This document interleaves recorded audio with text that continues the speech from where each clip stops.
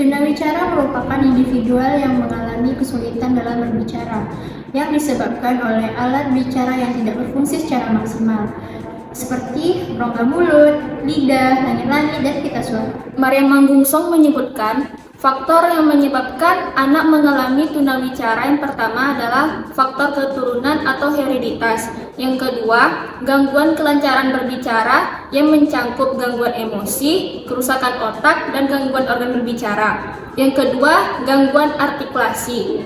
Yang ketiga, kelainan suara yang mencangkup penyakit seperti laringitis yang menyebabkan suara menjadi serak. Dan yang terakhir adalah kelainan pada pitch atau tinggi rendahnya nada bicara. Diklasifikasi tunawicara.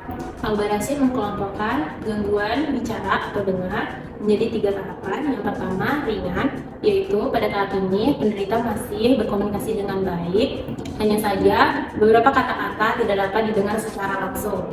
Yang kedua, sedang, yaitu pada tahap ini penderita sudah mulai mengalami kesulitan dalam memahami pembicaraan atau komunikasi dengan orang lain. Pada tahap ini biasanya penderita sudah mendengarkan volume di batas radio, yaitu bervolume paling tinggi atau maksimal. Pada tahap terakhir yaitu berat atau parah, pada tahap ini biasanya penderita sudah mengalami kesulitan dalam berbicara dengan orang lain, dan pada tahapan ini juga biasanya penderita sudah menggunakan alat bantu untuk mendengar. Karakteristik anak tunawicara. Pada umumnya, anak dengan kelainan ini mengalami keterlambatan pengembangan bahasa dan bicara dibandingkan dengan perkembangan normal anak lainnya. Kemampuan kecerdasan tidak berbeda dengan anak normal. Hanya skor IQ verbal mereka yang akan menyamai IQ kinerjanya, penyesuaian emosi, sosial, dan perilaku. Selanjutnya yaitu hambatan-hambatan pada anak tunawicara. Yang pertama, kesulitan dalam berkomunikasi dengan orang lain. Yang kedua, kesulitan bersosialisasi. Yang ketiga, kesulitan dalam menyampaikan keinginannya. Yang keempat, perkembangan psikisnya terganggu karena mereka merasa minder dan berbeda.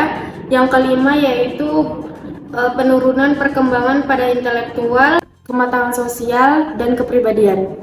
Selanjutnya ada penanganan pada anak tunawicara. Yang pertama itu latihan artikulasi seperti latihan bibir, latihan meniup, latihan lidah, dan latihan velum. Latihan velum itu untuk anak yang berbicara sengau. Kemudian ada terapi bicara. Kemudian cara membantu anak tunawicara bisa pertama, bicara harus jelas dengan ucapan yang benar, gunakan kalimat sederhana dan singkat, gunakan komunikasi nonverbal seperti gerak bibir dan tangan, berbicara bertatap muka, latihan gerak bibir dengan cepat, dan yang terakhir memakai bahasa isyarat. Ada gosip loh. Mantap kali gosip ini. Tunggu, angkatan berapa? Gosip apa? Sama orang. Jadi kemarin aku nampak si Opi, dia